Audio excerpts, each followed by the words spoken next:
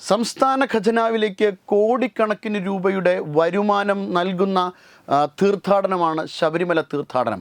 ശബരിമല തീർത്ഥാടനത്തിൻ്റെ അടിമുടി നോക്കിക്കഴിഞ്ഞാൽ സംസ്ഥാനം അയ്യപ്പ ഭക്തരെ പിഴിഞ്ഞെടുക്കുന്ന ഒരു സാഹചര്യമാണുള്ളത്.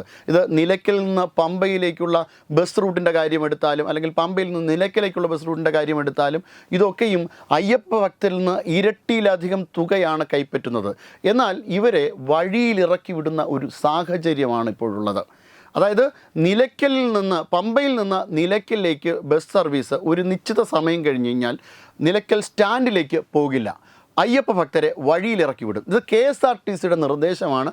ഗതാഗത വകുപ്പ് മന്ത്രി അടക്കം അറിഞ്ഞുകൊണ്ട് തന്നെയാണ് ഈ കാര്യം ചെയ്യുന്നത്. പക്ഷേ ഇന്നലെ അയ്യപ്പ ഭക്തരെ കുറച്ച് അമ്മമാരെ വഴിയിലിറക്കി വിടുന്നു.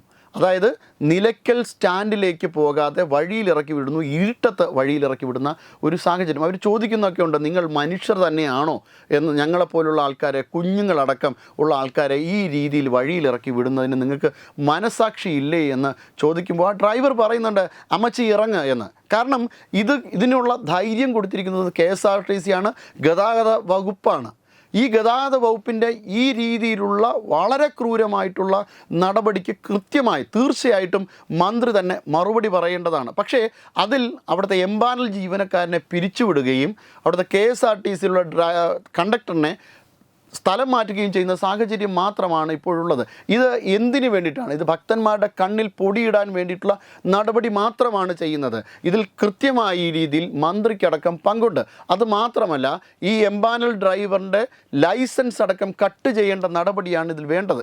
കാരണം ഒരു ദയയുമില്ലാതെ, മനസാക്ഷിയില്ലാതെ ഈ രീതിയിൽ പെരുമാറുന്ന ഒരു ഡ്രൈവർ എങ്ങനെയാണ് KSRTC പോലുള്ള ഇത്രയധികം മനുഷ്യർ ആശ്രയിക്കുന്ന ഒരു ഡിപ്പാർട്ട്മെൻറ്റിലേക്ക് കയറി വരുന്നത്?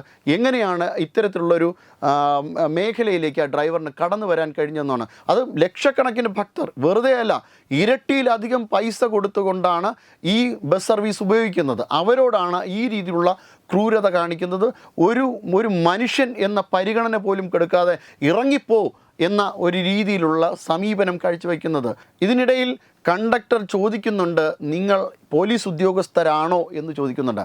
പോലീസ് ഉദ്യോഗസ്ഥരാണെങ്കിൽ ചിലപ്പോൾ ഇവിടെ നിന്ന് നിലയ്ക്കലേക്ക് അവർ കൊണ്ട് എത്തിച്ചാലായി. പോലീസ് ഉദ്യോഗസ്ഥരല്ല എന്ന് പറയുമ്പോൾ കുറച്ചും കൂടെ ധൈര്യമായി അവർക്ക് എങ്ങനെയെങ്കിലും വഴിയിലിറക്കിയിട്ടാലും പ്രത്യേകിച്ച് പ്രശ്നമൊന്നുമില്ല എന്ന് അവർക്കറിയാം.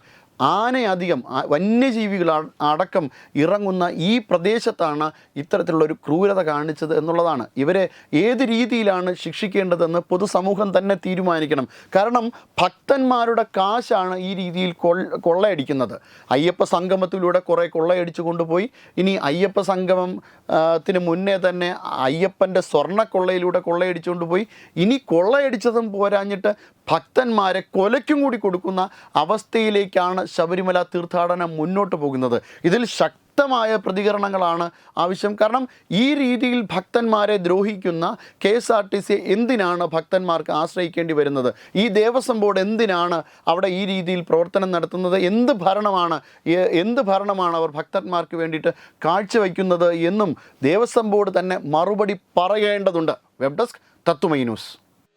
Brought you by Kerala AIDS control society. HIV/AIDS സംബന്ധമായ സംശയങ്ങൾക്ക് 1097 എന്ന 24 മണിക്കൂറും പ്രവർത്തിക്കുന്ന ടോൾ ഫ്രീ നമ്പറിലേക്ക് വിളിക്കുക. വാട്സാപ്പിലും ഫേസ്ബുക്കിലും ഒക്കെ സ്റ്റാറ്റസ് അപ്ഡേറ്റ് ചെയ്യാറുണ്ടല്ലോ. HIV സ്റ്റാറ്റസോ HIV പിടിപെടാനുള്ള സാഹചര്യങ്ങളിൽ കൂടി അറിഞ്ഞോ അറിയാതെയോ കടന്നു പോയിട്ടുണ്ടാവാം. എന്തു തന്നെയായാലും മുൻകൂട്ടി പരിശോധിച്ച് HIV സ്റ്റാറ്റസ് അറിയൂ. സൗജന്യ HIV പരിശോധനയും കൗൺസിലിങ്ങും ആരോഗ്യ കേന്ദ്രങ്ങളിൽ പ്രവർത്തിക്കുന്ന ICTC അഥവാ ജ്യോതിസ് കേന്ദ്രങ്ങളെ സമീപിക്കുക.